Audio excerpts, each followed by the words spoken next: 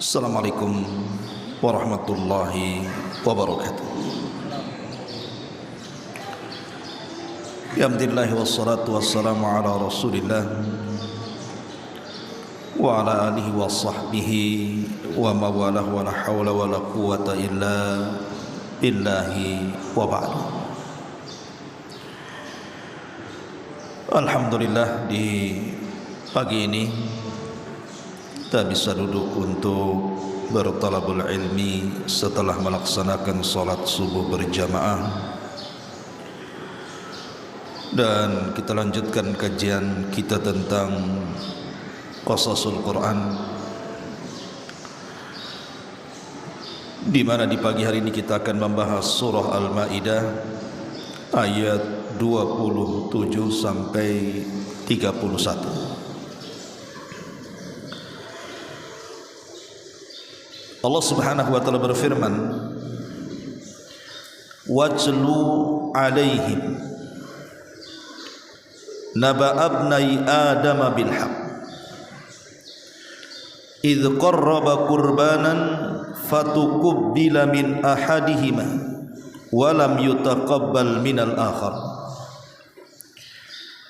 qala la aqtulannak qala innama yataqabbalu Allahu minal muttaqin la in basatta ilayya yadaka litaqtulani ma ana bibasiti yadiya ilayka liaqtulak inni akhafu Allah rabbal alamin inni uridu an tabu'a bi ithmi wa ithmika fatakuna min ashabin nar wa dzalika jazaa'u zalimin fatawwa'at lahu nafsuhu qatla akhihi faqatalahu fa asbaha minal khasirin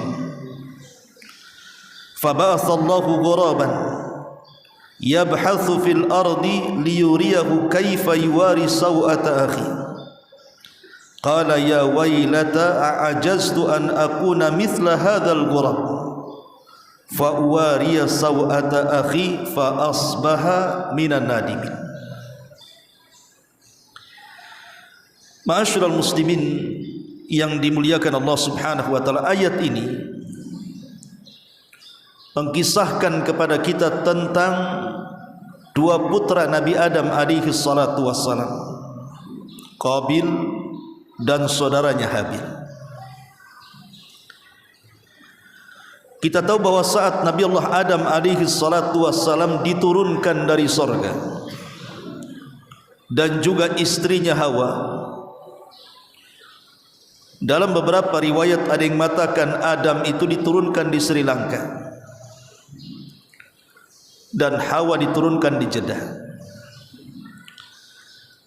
Kemudian keduanya saling mencari, maka ketika saling mendekat di sebuah tempat namanya Muzdalifah, akhirnya kemudian berjumpalah dua manusia mulia ini di sebuah tempat yang disebut dengan Arafah. Itulah disebut Arafah karena saling mengenal antara Adam dan Hawa. Di tempat inilah Allah Subhanahu wa taala ajarkan kepada keduanya lafaz-lafaz taubat, di mana Allah Subhanahu wa taala memerintahkan Adam dan juga Hawa untuk mengucapkan Rabbana zalamna anfusana wa illam taghfir lana wa tarhamna lanakunanna minal khasirin. Inilah kalimat yang pertama diucap Nabi Adam saat diturunkan ke bumi. Setelah kemudian keduanya mengucap kalimat ini, kalimat tobat, Rabbana ya Rabb kami zalamna anfusana, kami sudah menzalimi diri-diri kami. Fa illam taghfir lana, kalau engkau tidak mengampuni kami, wa tarhamna, dan tidak memberikan kasih sayangmu kepada kami, lanakunanna minal khasirin, tentu kami termasuk orang-orang yang rugi. Makanya siapapun yang datang ke Arafah di musim haji, kemudian dia berdoa dengan doa ini dengan tulus dan ikhlas, maka semua dosa-dosanya akan diampuni. Makanya kenapa wukuf di Arafah dalam manasik haji itu sesuatu yang sangat vital dalam manasik haji. Sampai Rasul mengatakan al-hajju Arafah. Haji itu ditentukan dengan wukufnya kita di Arafah. Karena di situ Allah turun dan mengampuni hamba-hambanya. Singkat cerita, akhirnya Allah Subhanahu wa taala perintahkan kepada Adam untuk menggauli Hawa supaya tercipta apa yang difirmankan Allah Subhanahu wa taala dalam sebuah firman dalam surah Adz-Dzariyat, wa ma khalaqtul jinna wal insa illa liya'budun. Tidaklah aku ciptakan jin dan manusia kecuali keduanya aku perintahkan untuk beribadah. Kalau Adam dan Hawa tidak memiliki keturunan, lalu siapa yang akan menyembah kepada Allah Subhanahu wa taala? Maka untuk mewujudkan firman Allah, wa ma khalaqtul jinna wal insa illa liya'budun, inilah makanya kemudian Allah memerintahkan Adam untuk menggauli Hawa agar tercipta tujuan Allah, bahwa Allah akan menciptakan Adam ini sebagai khalifah. Dan khalifah dalam bahasa Arab itu maksudnya yakhlufu ba'duhu ba'dha, makhluk yang bergenerasi, itu disebut khalifah. Maka dari pernikahan Adam dengan Hawa inilah Allah anugerahkan setiap Hawa hamil selalu kembar, tau'am dalam bahasa Arab. Bahkan dalam riwayat ada yang mengatakan Hawa itu sampai melahirkan 20 kali. Berarti kalau sekali lahir kembar, berarti putra Adam itu dan putri Adam itu semuanya 40 orang. Lah anak yang paling besar itu disebut Qabil, kemudian adiknya disebut Habil. Karena putra-putra Adam sudah pada dewasa, maka Allah Subhanahu wa taala perintahkan kepada Adam untuk dinikahkan satu dengan yang lain dengan cara silang, di mana kembaran Habil menikah dengan kembaran Qabil dan sebaliknya juga demikian. Jangan sampai kemudian ada pernikahan saudara, karena kalau seandainya di zaman itu ada manusia selain daripada turunan Adam alaihi salatu wassalam, tentu akan dinikahkan dengan orang lain. Tapi karena makhluk atau manusia terbatas kala itu, ya dengan cara itulah Allah Subhanahu wa taala menjodohkan antara Qabil dan juga Habil dengan sesama kembarannya. Masalahnya bahwa Habil ini saat dilahirkan dan juga kembarannya, Habil diberikan paras yang sangat tampan sekali, tapi kembarannya tidak terlalu cantik. Kebalikan dari Qabil, Qabil ketika dilahirkan dia bukan orang yang tampan, tetapi kembarannya cantik sekali. Yang namanya dorongan manusia, sebagaimana Allah mengatakan zuyyina linnasi hubbus syahwati minan nisa, namanya manusia itu dihiasi cinta kepada wanita. Maka Qabil dan Habil ini sama-sama menghendaki wanita yang cantik, kembaran daripada Qabil. Tentu tidak mungkin satu wanita diperebutkan dua laki-laki. Akhirnya kemudian Adam alaihi salatu wassalam memerintahkan keduanya untuk berkurban. Siapapun yang diterima kurbannya berhak menentukan pasangannya. Dari sinilah kisah diceritakan di dalam surah Al-Maidah ayat 27 ini.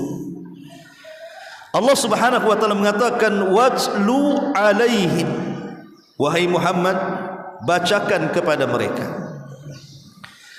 Ayat ini sebenarnya yang bicara tentang Habil dan Qabil ini menyindir kepada umat Yahudi.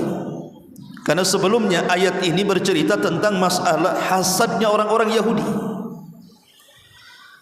Begitu hasadnya orang-orang Yahudi kepada kaum muslimin yang ada di kota Madinah, sampai berakhir kepada menanamkan permusuhan yang lebih besar dibandingkan orang-orang musyrik. Sampai Allah mengatakan la tajidanna asyaddan nas adawatan lilladzina amanul yahud walladzina asyraku. engkau akan mendapati manusia yang paling bermusuhan dengan orang-orang yang beriman. Pertama Yahudi, baru orang-orang yang menyekutukan Allah.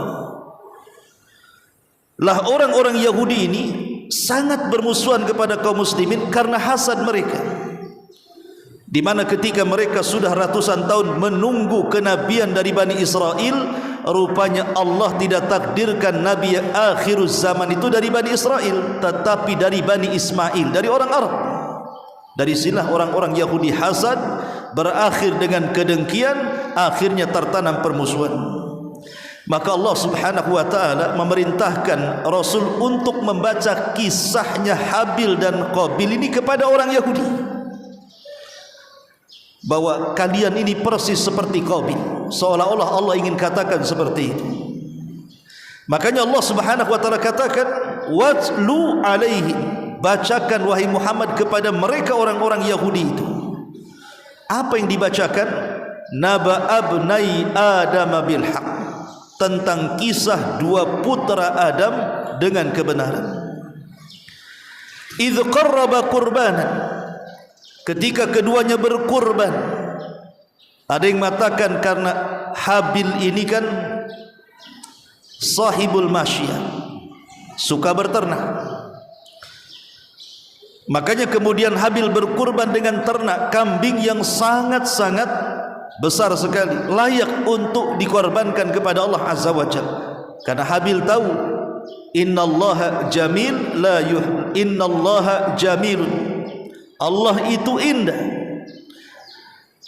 dan Allah tidak menerima kecuali yang indah-indah.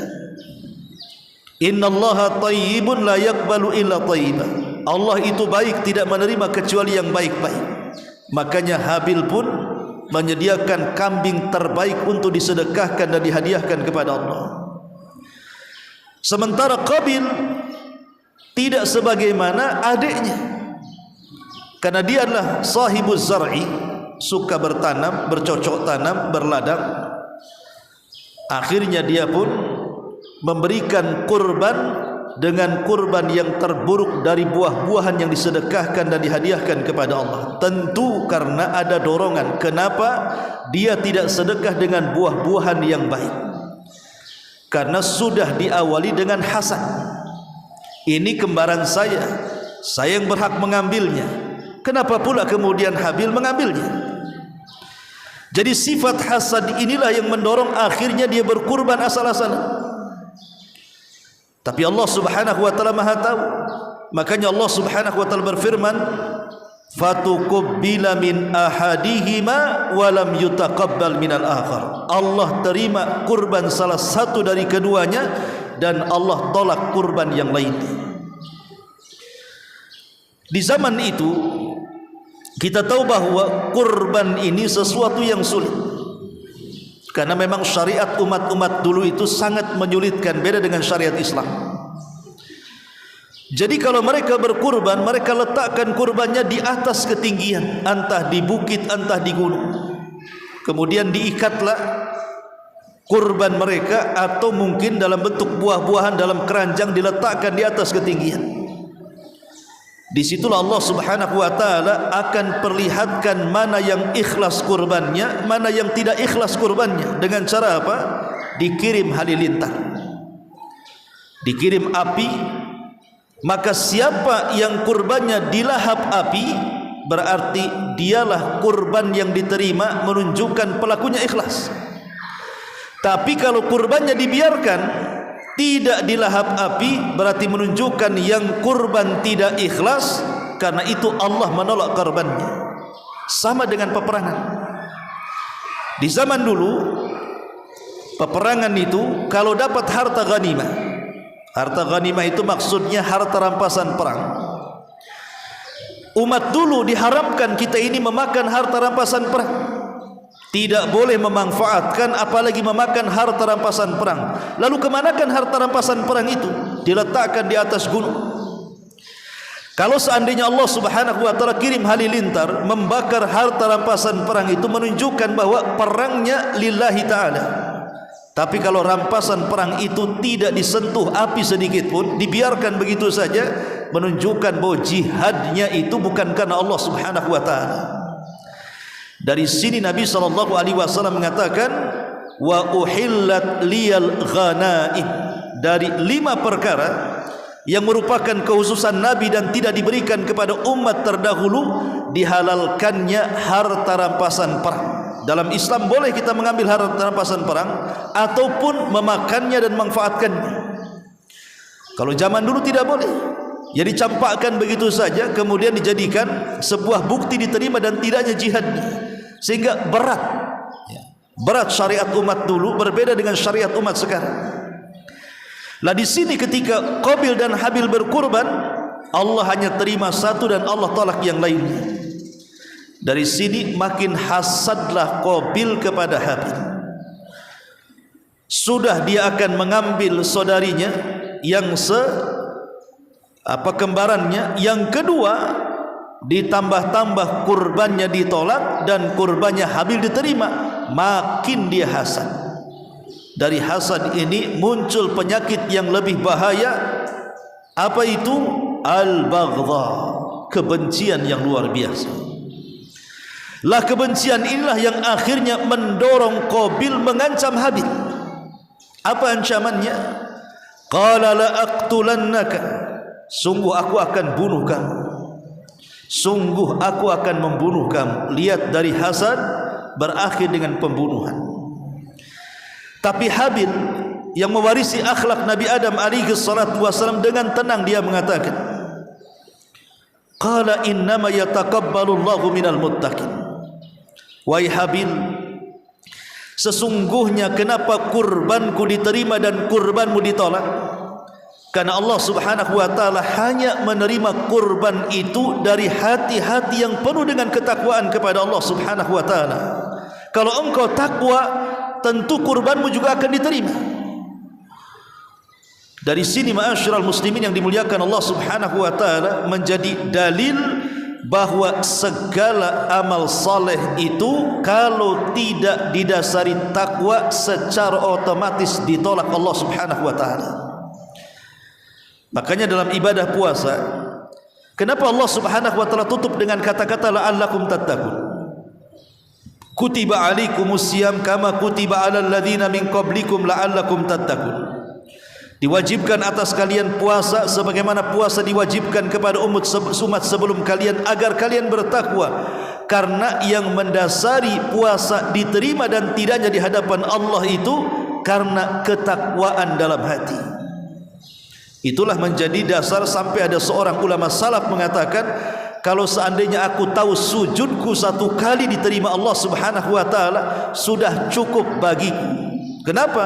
Berarti menunjukkan saya ini termasuk hamba Allah yang bertakwa. Kemudian Habil mengatakan, la imbasatta ilayya yadaka litaqtulani ma ana bibasiti yadiya ilayka liaqtulak. Hei Qabil, kalau seandainya engkau hendak berniat untuk membunuhku, maka aku tidak ada niat untuk balas dendam membunuh. Kalau kau ingin membunuhku silahkan, tapi aku tidak akan membunuh. Disinilah letaknya akhlak. Akhlak yang diajarkan oleh Habil kepada kita persis seperti akhlaknya Utsman ibn Affan radhiyallahu anhu. Saat rumahnya dikepung oleh kelompok Sabaiyah, kemudian mereka sudah hampir mengancam untuk membunuh Utsman ibn Affan radhiyallahu anhu. Ketika itu banyak para sahabat yang menawarkan diri untuk membela Utsman, di antaranya Abu Hurairah, di antaranya Hasan dan Husain, bahkan Ali radhiyallahu anhu, dan banyak para sahabat yang masih tersisa di Madinah karena sebagian besar haji. Tapi Utsman mengatakan tidak. Aku teringat dengan ucapan Habil kepada Qabil, la imbasatta alayya yadaka litaqtulani ma ana bibasiti yadiya ilaika liaqtulak inni akhafullah rabbal alamin. Kata Utsman, aku teringat dengan ucapan Habil kepada Qabil, kalau mereka hendak membunuhku orang-orang Sabaiyah, silahkan bunuh aku, tapi aku tidak mungkin membunuh mereka, katanya, karena aku tidak mau ada pertumpahan darah di kota hijrahnya Nabi sallallahu alaihi wasallam. Ma'asyiral muslimin yang dimuliakan Allah subhanahu wa ta'ala, alasan Habil Kenapa dia tidak mau membalas kejahatan Qabil? Dia mengatakan, inni uridu antabu'a bi ithmi wa ithmika fatakuna min ashabin nar wa dzalika jazaa'u zalimin. Karena saya menghendaki agar dosaku dikumpulkan dengan dosamu, sehingga engkau akan termasuk penduduk neraka, dan itulah balasan dari orang-orang yang zalim. Menunjukkan bahwa kezaliman itu sama saja dia telah mengumpulkan dosa orang lain dengan dosa kezalimannya. Jadi kalau kita melakukan kezaliman kepada orang, itu sama saja dosa orang yang kita zalimi itu dimasukkan ke dalam dosa kita. Nauzubillah. Makanya di sini Habil mengatakan, sengaja aku tidak akan membalaskan dendammu kepadaku, tetapi aku hanya menghendaki dosaku dan dosamu biar kau tanggung, sehingga kau termasuk penduduk neraka, dan itulah seburuk-buruknya tempat bagi orang-orang yang zalim. Tetapi yang namanya sudah hasad, yang namanya sudah dengki, yang namanya sudah kerasukan syaitan, Qabil sudah tidak lagi terpikir akibat apa yang akan dilakukan dari pembunuhan itu. Fatawa'at lahu nafsuhu qatla akhi. Mulai setan memberikan was-was untuk membunuh saudaranya. Sebagian kisah Israiliyat menceritakan, kita tahu bahwa fisik daripada Habil itu sebenarnya lebih besar dan lebih kuat dibandingkan fisiknya Qabil. Jadi kalau seandainya tarung nih, kalau seandainya keduanya berkelahi, niscaya Habil itu mudah mengalahkan Qabil, karena fisiknya lebih kuat, lebih besar dibandingkan Qabil. Sehingga Qabil ini tidak berani berhadap-hadapan secara langsung berkelahi dengan Habil. Makanya dia mencari waktu-waktu di mana dia mudah membunuh saudaranya. Kapan itu? Saat Habil sedang tertidur.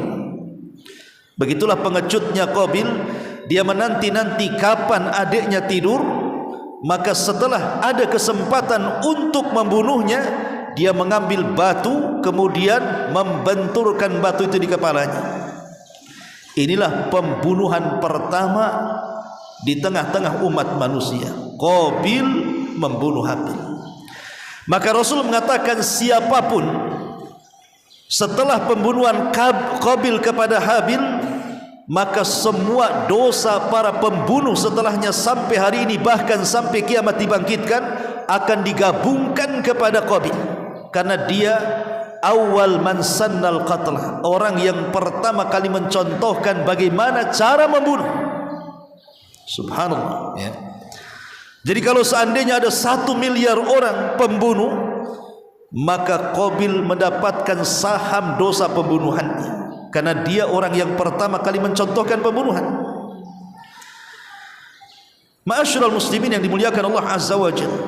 Tetapi Allah katakan, fa asbaha minal khasirin, maka dia pun termasuk hamba Allah yang rugi dunia, rugi akhirat. Setelah kemudian dibunuh jasad Habil ini, ya, dalam riwayat Israiliyat kita tahu kisahnya memang rata-rata dari Israiliyat. Ada yang mengatakan jasad itu disembunyikan selama setahun. Jadi selama setahun disembunyikan jasad dari Adam, dari ibundanya Hawa, dari saudara-saudaranya yang lain, sehingga tidak tahu keberadaan Habil di mana. Sementara di sisi lain Qabil bingung macam mana dengan jasad yang disembunyikan ini, karena di zaman itu belum ada orang mati, belum ada orang yang terbunuh atau dibunuh, sehingga tidak kenal macam mana fardu kifayah. Macam mana kemudian dengan jasad orang yang mati harus diapakan? Lah sepanjang setahun itulah akhirnya Qabil ini stres, memikirkan jasad adiknya yang sudah dia bunuh. Apa yang harus dilakukan dengan jasad itu? Maka Allah Subhanahu wa taala katakan, fa ba'atsallahu ghuraban yabhatsu fil ardi liyuriyahu kaifa yuwari sau'ata akhi. Tiba-tiba di satu waktu Qabil ini sedang duduk termenung nampaklah ada burung gagak yang sedang berkelahi dengan kawan gagaknya. Kemudian yang satu gagak ini mengalahkan kawan gagaknya. Setelah mati kawan gagaknya, dibunuh oleh gagaknya ini, maka burung gagak ini akhirnya menggali dengan kakinya. Setelah itu dia masukkan saudaranya yang dibantai dia, kemudian dikuburkan. Dari situ terpikirlah oleh Qabil, itulah yang bisa dia lakukan dengan jasad adiknya Habil. Maka dia menyesal. Setelah 1 tahun dia bingung macam mana caranya dengan jasad adiknya itu. Makanya kemudian dia mengatakan, ya wailata a'ajaztu an akuna mithla hadzal ghurab. Duhai celaka aku, kenapa aku tidak seperti burung itu dari dulu sejak terjadi pembunuhan itu? Kenapa baru sekarang katanya? Baru tahu caranya kemudian menguburkan orang yang sudah mati. Fa'uwariya sawata akhi, supaya aku bisa kemudian menutupi jasadnya. Maka Allah katakan fa asbaha minan nadimin, dia pun termasuk orang-orang yang menyesal karena terlampau lama membiarkan jasad itu, sehingga dia stres hidupnya memikirkan tentang adiknya. Dan begitulah ikhwatu fiddin biasanya para pembunuh, maka dia akan dibayang-bayangi oleh orang yang telah dibunuhnya. Umumnya para pembunuh itu akan dibayang-bayangi oleh orang yang dia bunuhnya itu. Makanya betapa banyak orang-orang pembunuh itu stres. Situ kenal satu kawan di polisi. Ya namanya polisi dalam bertugas itu, ya bisa saja membunuh orang karena terpaksa atau membela diri dan begitu seterusnya gitu. Jadi bercerita, aku pernah membunuh 1 orang Ustaz gitu. Dan sampai hari ini saya tidak pernah lupa dengan kasus itu. Padahal ketika itu saya diserang dan saya tidak sengaja harus meletuskan pistol itu. Rupanya terkena bagian badan yang dengan peluru itu akhirnya dia meninggal. Sampai hari ini pada sudah 10 tahun lebih, aku tidak pernah lupa dengan peristiwa dan merasa bersalah. Ma'asyiral muslimin yang dimuliakan Allah Subhanahu wa taala, lah dari kisah ini ikhwatu fiddin dimuliakan Allah Azza wa Jalla, banyak pelajaran yang kita bisa petik dari kisah ini. Yang pertama, bahwa hasad itu adalah penyakit yang pertama kali terjadi di langit antara iblis dan Adam, dan yang pertama kali terjadi di bumi antara Qabil dan Habil. Inilah penyakit pertama yang ada di tengah-tengah manusia. Dan para ulama mengatakan halakal hasid qabla al-mahsud. Terkadang orang yang hasad itu lebih hancur dibandingkan orang yang dihasadi. Di zaman Khalifah Mu'tasim, Khalifah Abbasiyah. Jadi Khalifah Mu'tasim ini dia suka dengan salah seorang badui. Dia kenalan dengan seorang badui. Rupanya badui ini ahli syair dan suka bercanda. Jadi saking senangnya Khalifah Mu'tasim kepada badui ini, karena dia pandai melantunkan syair dan suka bercanda juga, jadi sering-seringlah kemudian diundang ke istana untuk menghibur sang khalifah. Terkadang sang khalifah mendudukkan di sampingnya, terkadang bercanda sambil tertawa keduanya. Jadi ada salah satu menteri daripada Khalifah Mu'tasim itu hasad dalam hatinya. Kok bisa orang badui sedekat itu dengan khalifah?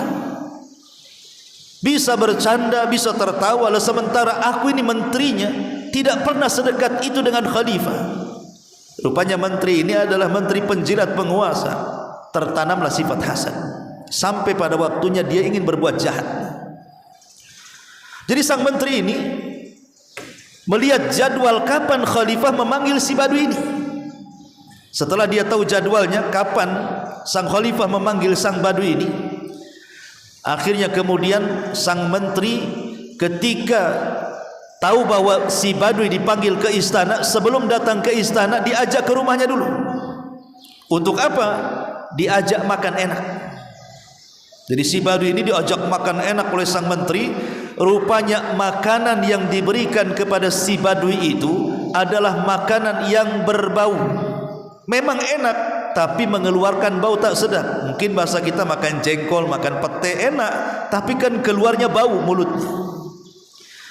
Setelah kemudian dikenyangkan si badui ini, sebelum sampai si badui ini ke istana khalifah, sang menteri sudah duluan sampai.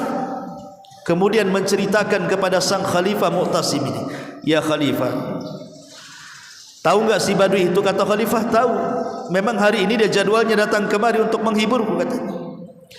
Kemudian sang menteri mengatakan, "Ya khalifah, tahu enggak kelakuan dia di luar?"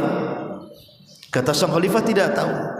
Dia itu suka memburuk-burukan Anda di hadapan manusia." "Kok bisa?"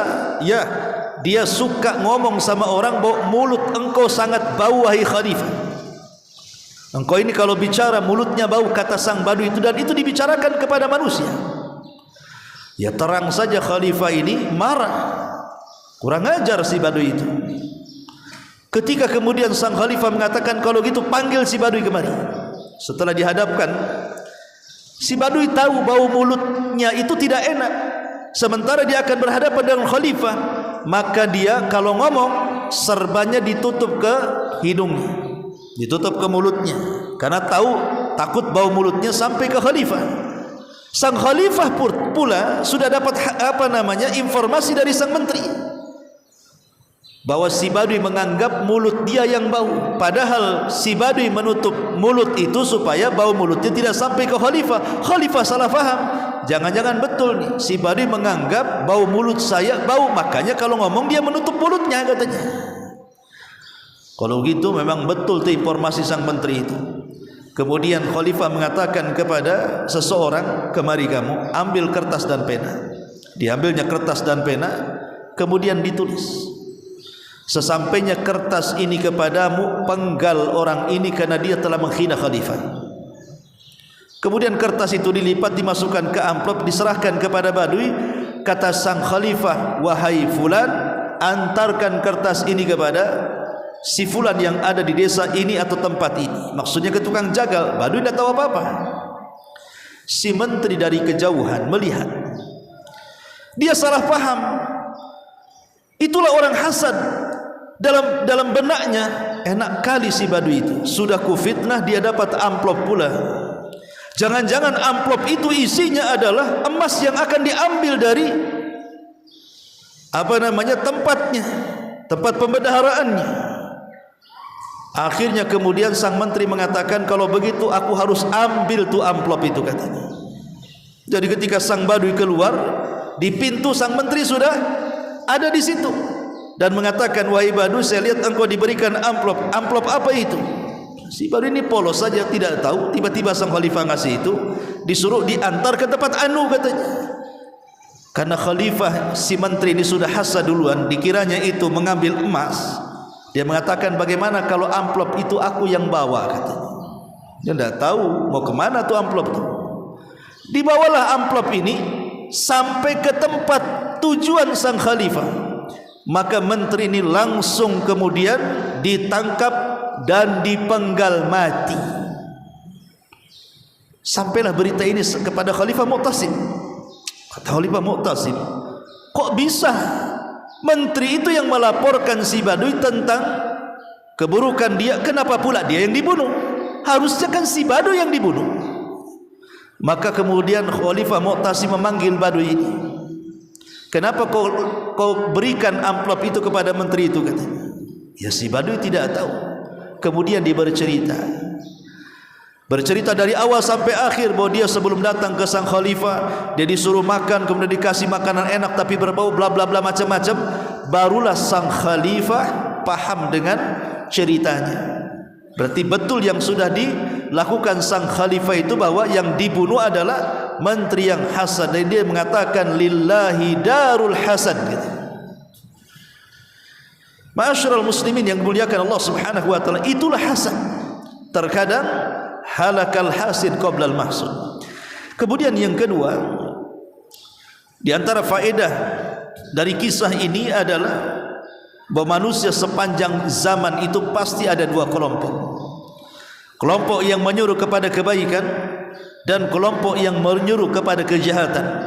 maka kita di tengah-tengah untuk memilih kepada kelompok yang mana.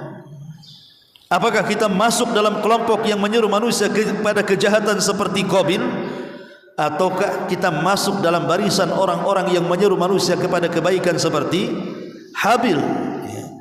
Kemudian juga yang ketiga di antara faedah kisah ini, bahwa Allah Subhanahu wa taala itu baik, tidak akan menerima kecuali yang baik-baik. Maka siapapun yang sedekah dengan kebaikan dan dengan zat yang baik, maka dipastikan Allah akan menerimanya. Dan termasuk akhlak seorang muslim juga tidak melampaui batas kepada orang yang melakukan kezaliman kepada kita. Andai ada orang yang melakukan kejahatan kepada kita, maka kita hanya boleh membalas sesuai dengan kejahatannya, tidak boleh lebih dari kejahatan yang dibuat dia kepada kita. Dan yang terakhir tentunya bahwa